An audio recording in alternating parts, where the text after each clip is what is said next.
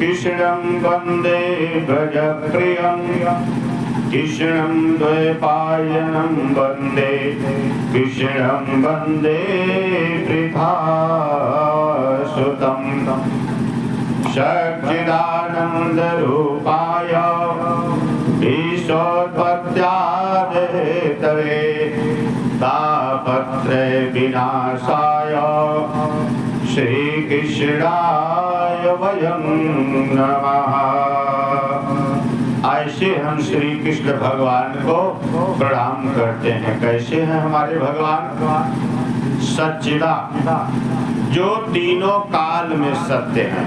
ध्यान दीजिएगा, जो तीनों काल में सत्य हैं, तीनों लोक में सत्य हैं, मनसा वाचा कर्मणा से सत्य हैं, ऐसे परमात्मा सच्चिदानंद जो कभी असत्य नहीं है।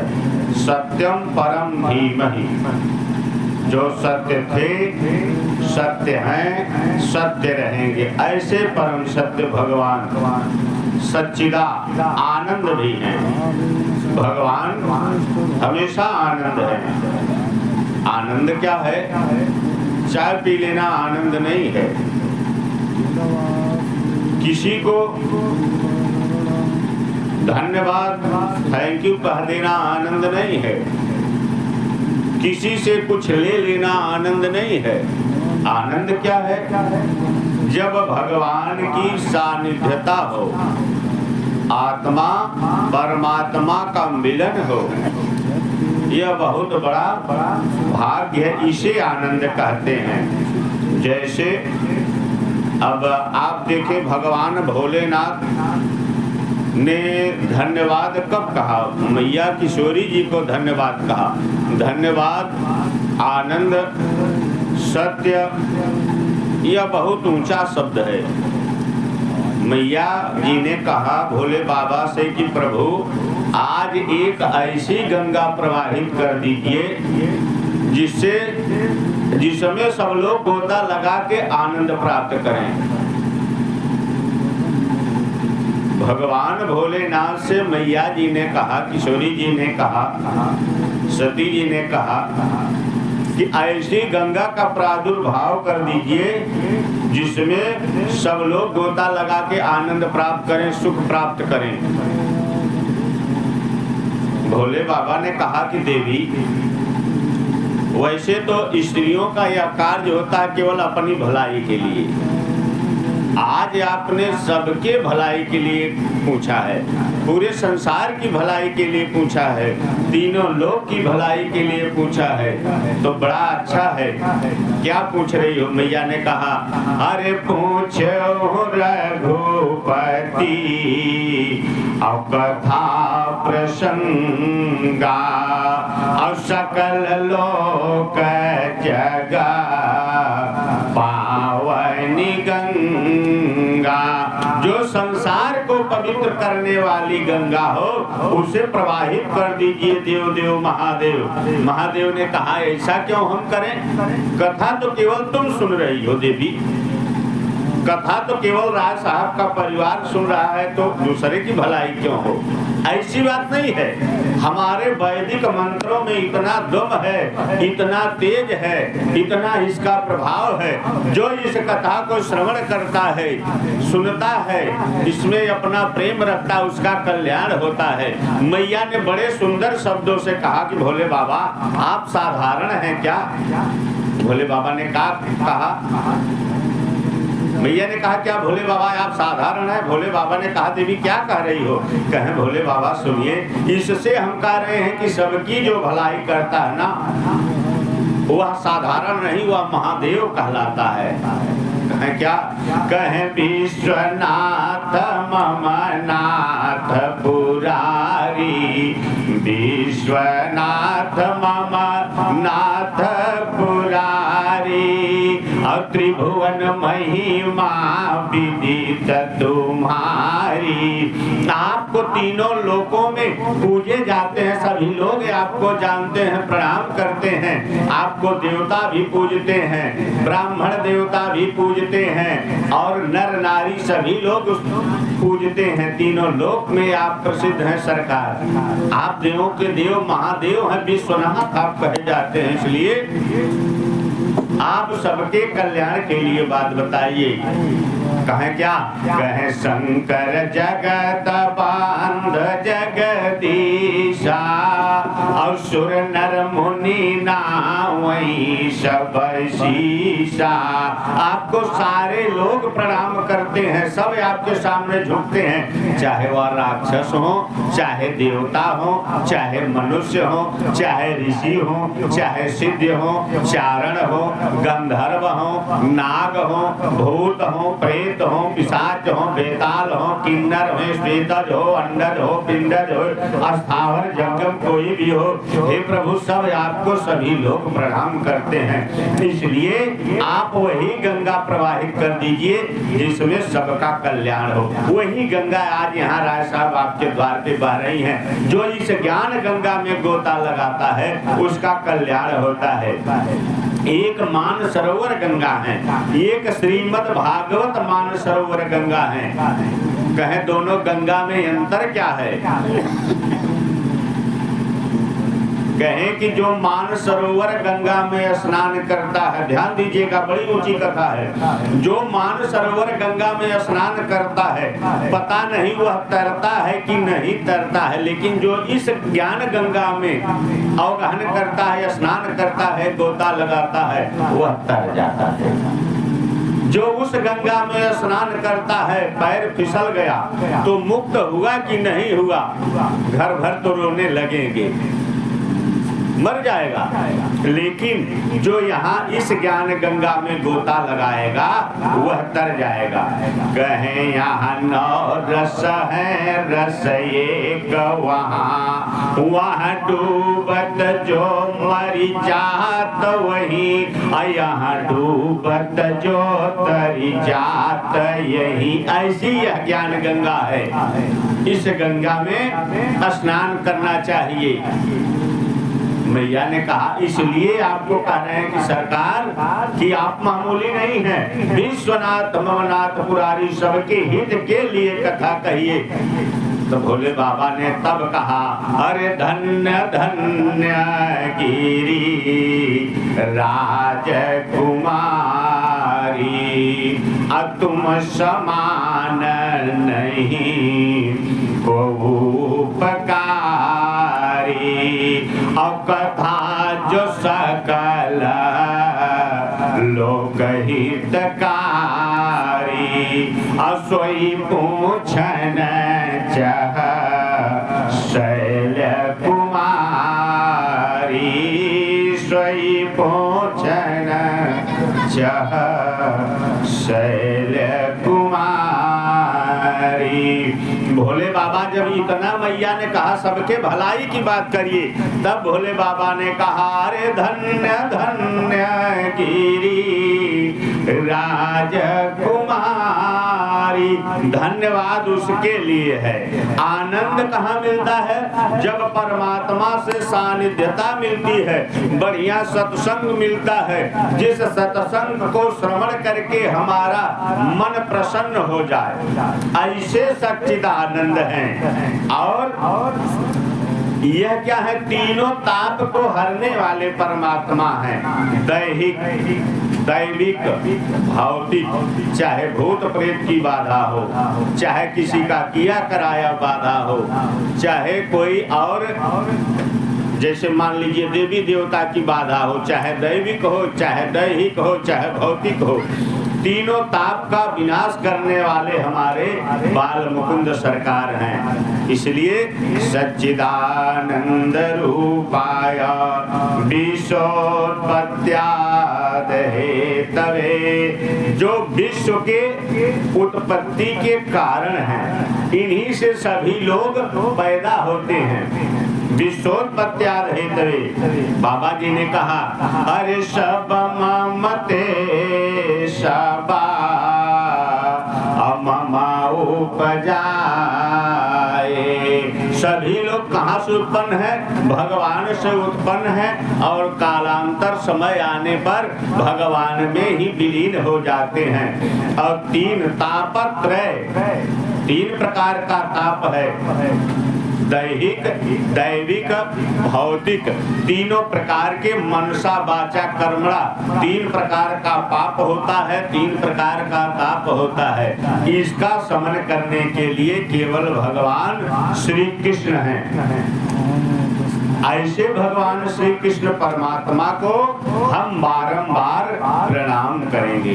ऐसे श्री कृष्ण को हम बारंबार प्रणाम करते हैं जो तीनों काल में सत्य हैं और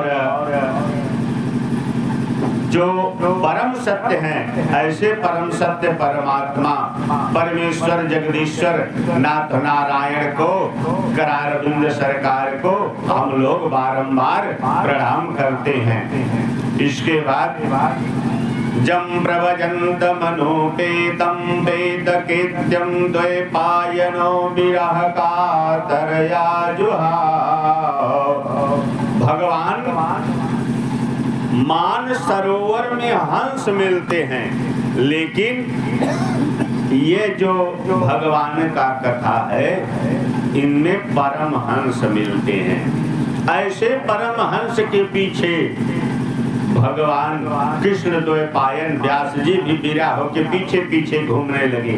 छोटी सी उम्र में माँ के गर्भ से सुखदेव जी निकले और तुरंत चल दिए जंगल को। एक मिनट भी घर में नहीं रुके हैं, जंगल को चल दिए सरकार। उनके पीछे विरह के भाव से कातर होकर के कौन? उनके पिताजी व्यास जी पीछे पीछे दौड़ रहे हैं। बेटा थोड़ा रुक जाओ, बेटा थोड़ा रुक जाओ। पिता के ऋण से तब ऋण होता है जब अपने पुत्र का मुख देख लेता है। पुत्रोत्पादन सबसे उत्तम है। पितृ ऋण से ऋण वह जीव हो जाता है, तो थोड़ा हमको देख लेने दीजिए। लेकिन मामूली ज्ञानी नहीं सुखदेव जी थे। उन्होंने कहा कि एक बात बताओ, इस संसार में कोई किसी का पिता नहीं है, केवल एक ही पिता है, एक ही माता है, दूसरा कोई नहीं है। कहें क्या? कहे माता पिता तुम मेरे, शरण गहूँ मैं किसकी। मैं उसकी शरण कह लिया हूँ जो सबके माता पिता हैं, क्योंकि वह परम हंस थे। हमें और अब चिंता नहीं है। कहें तब? कहें 2 मिनट रुकिए, क्षण मात्र का सत्संग हो जाए। सुखदेव ने कहा तो सत्संग कर लीजिए, फिर मुंह देख लीजिए। अगर आप हमसे ज्ञान में अधिक हैं तो मुख देख लीजिए। उन्होंने पुराणों का वाचन शुरू कर दिया, महापुराण सुनाया। जहाँ से कहते थे कि आप शिव पुराण सुन लीजिए, कहें शिव पुराण तो हम जानते हैं कुछ और, जितना पुराण थे सब सुना डाले। लेकिन जहाँ सुनाना चाहते थे सुखदेव जी कहते थे भैया इसके आगे चलिए। ये थक गए, और जब थक गए तो भैया कथा सुन ले, बताओ न रहा था बैठा। जब थक गए तो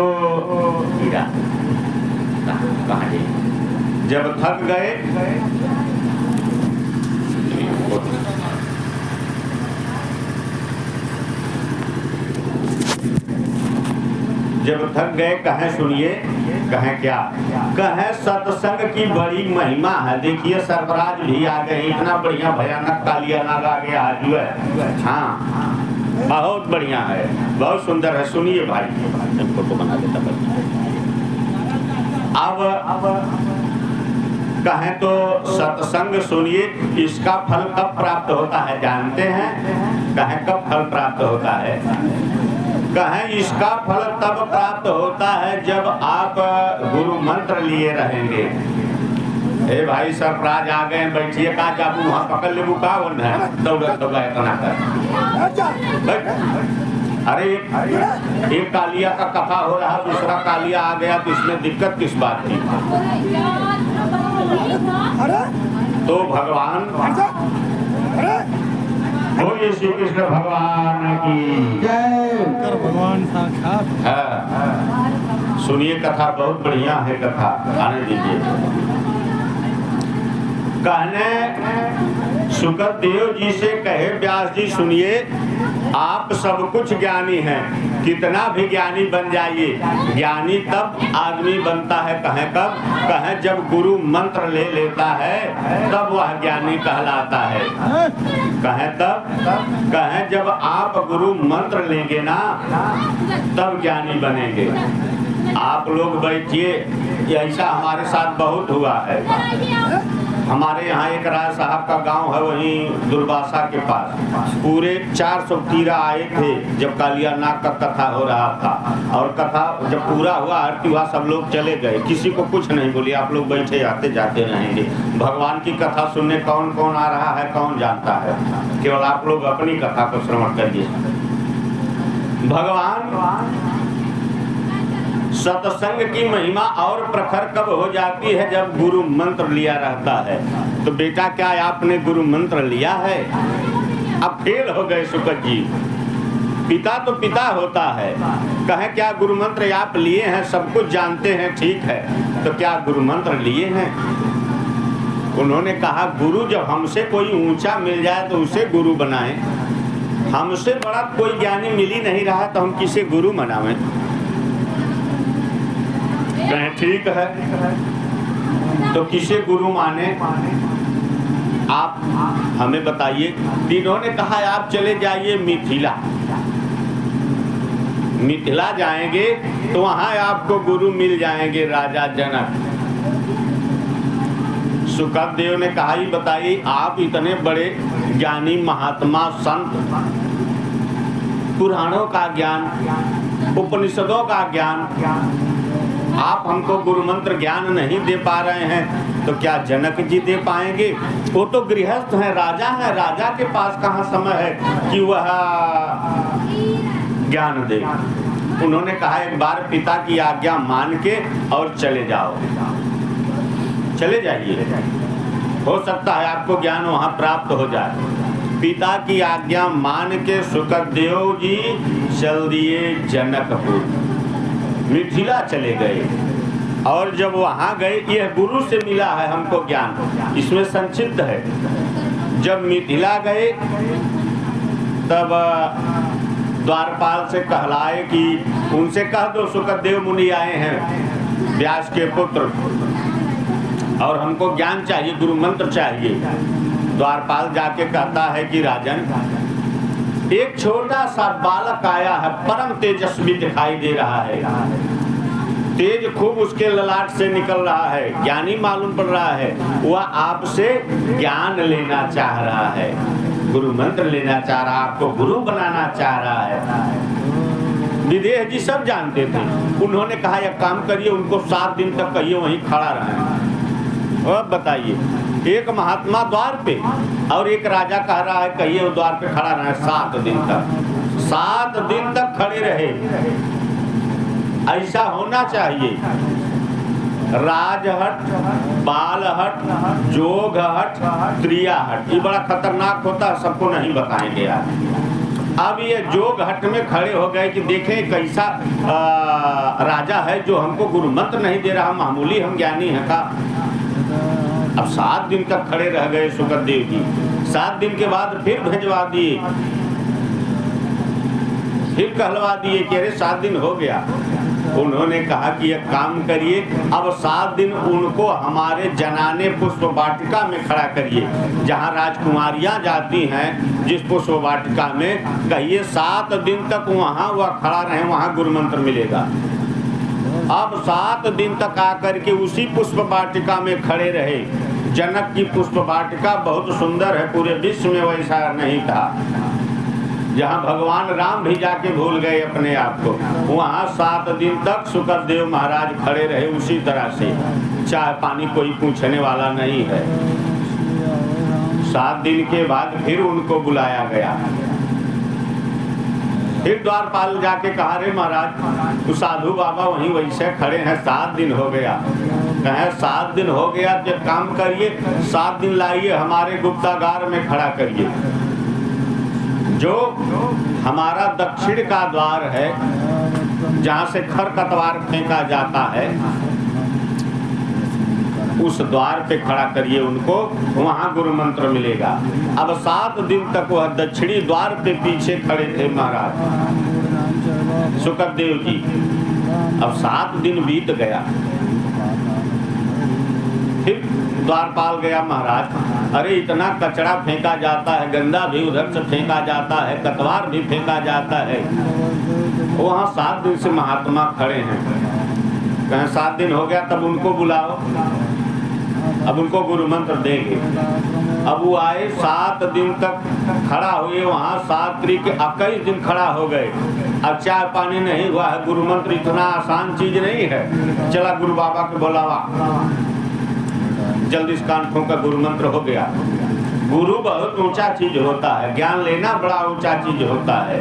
वैसा मिले तो एकाध दो गुरु कर ले, एकाध दो शिष्य। आज के शिष्य गुरु को दूहना चाह रहे हैं, और गुरु शिष्य को। जिसके पास ज्यादा धन है उसी से ज्यादा प्रेम है। अगर गुरु के पास ज्यादा धन है तो शिष्य ज्यादा उनके हो जाएंगे।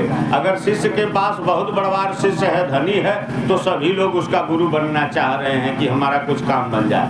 लेकिन यहाँ देखिए, 21 दिन तक खड़े रह गए हमारे परम ज्ञानी श्रेष्ठ तपोनिष्ठ। और 7 दिन आए, जब आंगन में खड़े हो गए, एक लंगोटी रखे थे, उनके उसी तार पे रख दिए आंगन में। द्वारपाल आके कहा, महाराज जी कहें क्या है? कहें राजन, पूरे आपके इस राजधानी में आग लगी हुई है। राजा ने कहा, तो तुम्हारा कुछ जल रहा है? कहें जल नहीं रहा। कहें अपने को बचाओ और भाग जाओ। फिर कुछ देर में द्वारपाल आया, कहा महाराज यह आग जो है कि महल के करीब आ गई है। राजा आंख बंद किए हैं, सुखदेव से बोल नहीं रहे हैं, पैर पे पैर ऐसे किए लेटे पड़े हैं उसी आंगन में चौकी पर। कहें तुम अपना बचाओ, भगो यहाँ से, तुम कहाँ पड़े हो? फिर थोड़ी देर के बाद द्वारपाल पहुंचता है, कहता है सरकार, अग्नि जो है आपके इस महल में प्रवेश कर चुकी है। जनक जी ने कहा कि एक काम करो, तुम भाग जाओ, अपने जान को बचाओ। कहें राजन आप जल जाएंगे। कहें हम जल जाएंगे तो जलने दीजिए, हम जानते हैं कि आत्मा ये नाशवान नहीं है, शरीर जल जाएगा तो क्या हुआ, तुमको बचना है, बचो। फिर थोड़ी देर में द्वारपाल आके कह रहा, महाराज अरे अब तो कुर्सी छोड़ दीजिए, आंगन में आ गई है अग्नि। जब अग्नि आंगन में लगी जलने, तो सुखदेव अपनी लंगोटी को उतार लिए कि हमारी लंगोटी न जले। मुस्कुराने लगे राजा जनक। कहा भाई ज्ञानी तो आप बहुत हैं, लेकिन अभी गुरु मंत्र के योग्य नहीं हैं। सुखदेव ने कहा, ये बताइए, हम व्यास जी के पुत्र आप 21 दिन से इंतजार कर रहे हैं, अभी हम गुरु मंत्र के योग्य नहीं हैं। कहें आपके अंदर माया है, माया को त्याग दोगे तब गुरु मंत्र। ये बताओ, मेरा राज्य जल रहा है, महल जल रहा है, घर परिवार जल रहा है, सब कुछ जल रहा है, मैं द्वार से नहीं हट रहा हूँ, अपने चौकी आसन से नहीं हट रहा हूँ, मेरा सब कुछ जल रहा है। आप एक लंगोटी उतार रहे हैं, लंगोटी जलने के लिए कतान कितना वस्त्र जल गया मेरा इस महल में, और आप एक माया में नहीं हैं। कहें फिर भी गुरु मंत्र दे दीजिए, अब माफ कर दीजिए, मैं लज्जित हूँ। उन्होंने कहा गुरु मंत्र देंगे, एक हमारे आपके बीच शर्त है। कहें क्या? कहें एक कटोरा दूध लीजिए और इसे देखिए, और हमारे महल का बखान बहुत सुने हैं ना। 3 पुरी थी उस समय पूरे विश्व में, एक अवधपुरी, एक मिथिलापुरी, एक लंकापुरी, तीसरा सुंदरता में कोई था नहीं। 3 पुरी का बखान होता था। हमारे महल को आप घूम के आइए, हमारी महल कितना सुंदर है, आपको गुरु मंत्र तब देंगे, लेकिन शर्त यह है कि इस दूध में से एक बूंद गिरना नहीं चाहिए। इन्होंने कहा तो ठीक है। अब दूध लिए पूरा महल घूम डाले, अब दूध को बूंद नहीं गिरा। राजा विदेह के सम्मुख उपस्थित हुए, कहें हमारे महल को देखे, सुखदेव जी ने कहा कि आपके महल को हम देखें कैसे, यहाँ तो दूध बचाना था, जीव जाए जीव का न जाए। चौथे पन में हैं लोग, कथा सुन रहे हैं, पूजन कर रहे हैं, चौथा पन चल रहा है। और जब सबसे छोटका सिक्का रही उस साल भर से बटोर के धयल है, जब पूजा हुई पंडित जी के दे दे, फटहिया नोट पंडित जी खाते का नहीं कि ना ठाकुर बाबा ली है नोट। बड़का सिक्का लेकर लेके दुकानी जाए और छोटका सिक्का भगवान की है। कहे तो हुआ क्या, कहे कैसे आपके महल को हम देखते सरकार, नहीं देख पाए, इस दूध को जो बचाए। कहें बस यही ज्ञान है, आपको गुरु मंत्र मिल चुका। कहें क्या, कहें एको हम द्वितीयो नास्ति ब्रह्म एक है, उसको मानिए जाइए, आपको ज्ञान मिल गया। तो हरि व्यापक सारा समाना अप्रेमश प्रकट होई मैं जाना। परमात्मा सर्वत्र है, वही एक है, वही सत्य है, वही चित्त है, वही आनंद है। उन्हें कहते हैं हम सच्चिदानंद। ऐसे सच्चिदानंद का जो गुणगान करता है, कभी माया उसको नहीं सताती, क्योंकि वह माया के पति है।